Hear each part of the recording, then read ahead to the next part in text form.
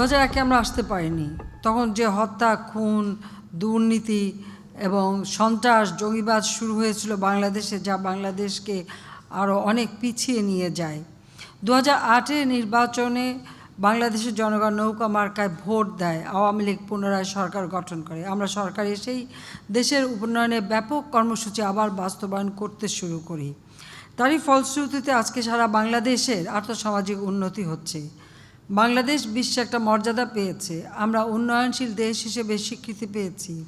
আমাদেরকে এগিয়ে নিয়ে যেতে হবে, এটাই আমাদের লক্ষ্য, যে বাংলাদেশের প্রত্যন্ত অঞ্চলে পড়ে থাকা মানুষগুলি তাদের ভাগ্য পরিবর্তন করা, যেটা জাতির পিতার স্বপ্ন ছিল সেটা পূরণ করা, সেটাই আমাদের লক্ষ্য। আর সেই লক্ষ্য নিয়েই আমরা দিনরাত অক্লান্ত পরিশ্রম করছি এবং কাজ করে যাচ্ছি। আর তারই কিছু ফসল আজকে আপনাদেরকে আমি উপহার দিচ্ছি।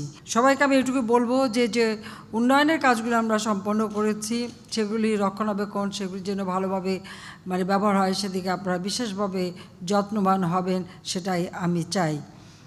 আমি এটুকু বলতে চাই যে আজকে প্রায় 10 বছর হয়ে গেল, 9 বছরের কয়েক মাস।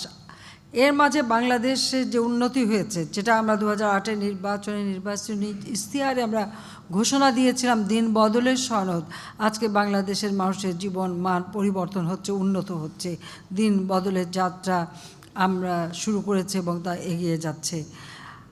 আমাদের যে লক্ষ্য ছিল যে বাংলাদেশকে আমরা উন্নত সমৃদ্ধ করব, দারিদ্র্য দূর করব, আমরা সে ব্যাপারে সাফল্য অর্জন করেছি। ডিজিটাল সেন্টার তৈরি করে দিয়েছি। আজকে সারা বাংলাদেশে ইন্টারনেট সার্ভিস আছে। বঙ্গবন্ধু স্যাটেলাইট 1 আমরা উৎক্ষেপণ করেছি। সমগ্র বাংলাদেশ এই তথ্য প্রযুক্তির সেবা পাচ্ছেন। এভাবে প্রতিটি ক্ষেত্রে মানুষের ভাগ্য উন্নয়নে ব্যাপকভাবে আমরা কাজ করে যাচ্ছি।